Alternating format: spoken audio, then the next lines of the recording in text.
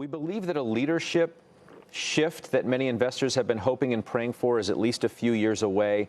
There just is not enough believability in the U.S. yet, even after the performance of the past 10 years. What's that mean? That means we're not believing in U.S. stocks yet. And the whole leadership shift that everybody wants to be in, and you mentioned it, is this whole notion of trying to buy Europe and emerging markets still.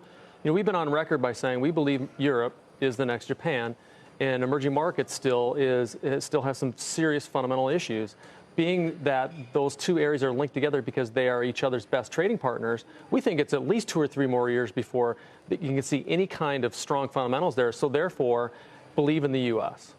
Well, haven't people believed in the U.S. this year? No. I mean, that's Are you talking about money on the sidelines, yeah, money that's being put in other markets other people rather than the U.S.? Yeah, well, you think about it, we've still in 8 out of the last 10 years, we've had outflows from equities, inflows into bonds. We're not really seeing money come back into the U.S. I market in around the world a lot, and there still remains very reluctant buyers of the U.S.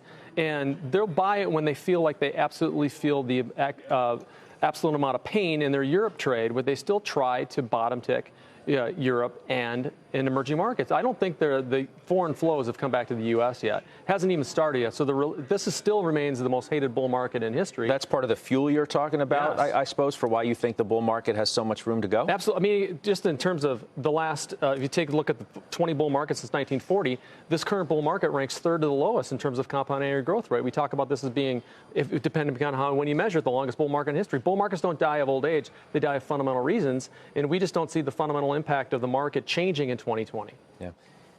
I guess where does the Fed factor in, right? The Fed can kill the bull market. Well, in January, the Fed kind of did kill the bull market for a period of time in December. Well, it did. I mean, well, right? If you think about the parallels between 1994 and what happened late last year and early this year, that's why in January we came out and said that 2019 would be this generation's 1995. That's why in our report we talked about this notion of hip-hop in the 95, 96, 97 area, just to try to get people to simulate. I love the note, by the way. Thank you for doing that.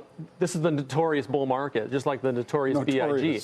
But think about this. In 95, 96, 97, ushered in a Goldilocks, high-quality, large-cap-driven market. I think that's where we're going for the next 3 years.